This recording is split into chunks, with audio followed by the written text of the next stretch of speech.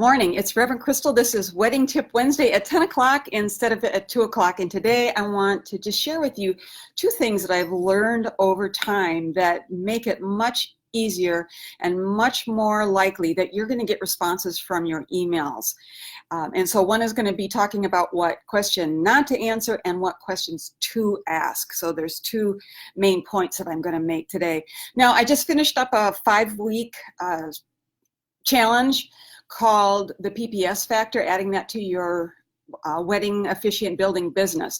And really what that is the psychological, the practical, and the spiritual aspects of building your business. It's really about a holistic approach. If we just only do one thing, we get off balance. But if we really take care of our mental attitude, our mental ways of being, if we take some practical steps, and then we also engage the spiritual aspect of what we're doing, we're much more likely to be successful and to be successful much quicker and a lot more easily. So I am, one of the reasons I'm changing the time today is because I'm actually at the cottage that I inherited and I'm closing it for the winter. So I'm going to give you a real, see there's the dock behind me that's been taken out. And then this is, I don't know if that's going to be too blurry, but that's my view this morning. It's just beautiful here in northern Michigan. So let's launch into these aspects. So let me bring this up. Okay, so first of all, when you're watching this, if you're joining me live right now, if you will just say hello and where you're from. I always love to see where people are. And then if you're watching this on the replay, still just say hello, just state that it's on the replay. And if you've got any questions, please feel free to ask me. So the psychological aspect of connecting with people when you're using emails is that first connection that you make. You want to make the most out of it. And really everybody, I hear more and more complaints about the fact that sometimes people get ghosted, which means that you might have a nice connection with people. You think that it's a sure thing and then you never hear from them again. So the bottom line to that is that you never know what people are thinking, what they're wanting, or who else they've connected with, or what's come up in their life. So don't take it personally. I encourage you to keep in touch with the people until you find out one way or the other. But the way to increase the opportunity for you to get responses is that you want to build that KLT factor, which is the know, like, and trust factor. I've talked about this before, and I don't talk about this in the pretext of this is how you manipulate people. But if you're shy or you're new and you're not really sure how to present yourself, these are tips to help you kind of settle into ways that you can really connect with people. So you want to make the most of going forward and not worrying about if you step backwards. So I think of it like, when you first connect with people by emails and the email is successful, or if you never hear from the people, it's like crocheting. You learn something. So crocheting is the way that you make a step forward is by hooking into what the last stitch was. So never think of the contacts that you make with people as being unsuccessful. You want to keep moving forward and having faith in yourself that you're going to learn, that you're going to be able to present yourself better and better as time goes by. So the practical way that I want to help you make that first contact with people and have it be more successful than not is that when an inquiry comes in, almost always the first question, and sometimes the only question they ask you, is what is your fee? So the number one tip that I have to give you on today's Wedding Tip Wednesday is do not answer that question right off the bat. Assure them that you will answer their question about the fee, but you have some questions that you want to ask them so that you will know the best offer to give them. Let's help determine if we're a good match for each other. And one of the reasons you want to say that is that, like, whenever you're looking for a job, not only is the employer or the company that you want to work for or the clients that you're looking for, not only are they interviewing you, but ideally you want to be interviewing them as well, because the most satisfying experiences as an officiant or as an employee is to be able to really connect with people and feel like you're part of a team.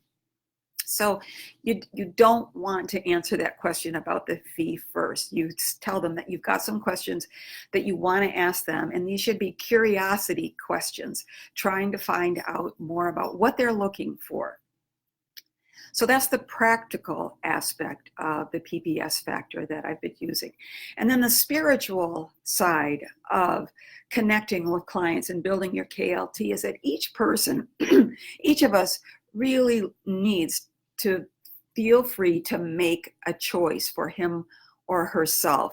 No one wants to feel stupid or floundering, and most of the people that we connect with have never done this before. And so in many ways, they don't know what they don't know. They don't really know what to ask. And so you want to really affirm for them that you're going to be there to help them. One of the things that I say is, I can help you as much or as little as you want.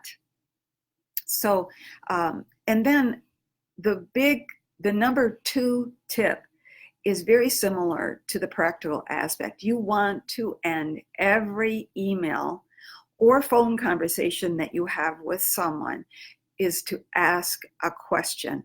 I've been using this for the past year, and I tell you, my response rate has really, really increased. And this year, I've actually done more weddings than I have in years. And I believe that it's in part because I'm asking curiosity questions. So I will say to them, I look forward to getting your answers and to finding out more about what you're looking for, and hopefully we'll be a fit. And then you can also up the game, you know, if you feel confident enough in yourself to try this. And all I can say is experiment with these things, is that you can say, and if we aren't a fit, I will do my best to refer you to an officiant that I think will do the kind of job that you're looking for. And you can base that on, you know, the answers to the questions that they've had. So in summary, do not answer the question first off about your fee, unless of course you're a signer. You know, signer, you're not really basing anything on connecting with people. It's, you know, people want the function that you can fulfill for them. So there's no sense in really trying to make much of a connection with them. So don't waste their time and don't waste your time. But if you are looking to build your business based on value, based on connection, based on developing relationships with people where you're providing a service that will affect the rest of their relationship, that it will send their relationship off on a really positive and productive and meaningful note, then these are the ways for you to make contact with people. So in summary, do not answer that question about the fee right off. Assure people that you will answer that fee question as soon as you find out more about them. And then number 2 tip is ask curiosity questions. Hi, Donna. So if that sounds good, and then if you are looking for more help to build your business more quickly and easily, I know that any course that I've taken online or even when I'm in different Facebook groups, I love to be able to ask questions and to get one-on-one help to really talk to somebody else rather than always trying to figure everything out in my own head. And I try to do the best that I can to give you good ideas. But if you would like more help, in January, I am launching a group coaching program, and it's called the Proficient Officiant. So I will be answering questions about work personally with you and with different members in the group, kind of do a hot seat thing, a couple of them per session. It's going to be for 6 weeks. And it's going to be personal attention to your networking questions, how to connect better with clients, your marketing, checking about websites, Facebook. I might even get into ads a little bit. It really depends on how things go. But that's going to be 6 weeks. It'll probably be in either a Facebook Live. Part of the reason I'm not starting until January is because there's some technical issues that I have to investigate further. I've been kind of waiting until the majority of my weddings have slowed down, and I finally wrote my last wedding ceremony. So I'm starting to have more time, and that's another reason why I'm here closing the cottage, is because I have the time to do that. So If you're interested in that, either state so in the notes in the feed here, or personal message me through the group, and I will get you on a waiting list. So there you have it, the Wedding Tip Wednesday early on October 9th. I hope that was helpful for you, and thank you for joining me. I'm sending lots of love to you. Love is the reason we get to do what we do. So thank you. Thank you so much for joining me. I love this. I will talk to you later. Goodbye from Northern Michigan.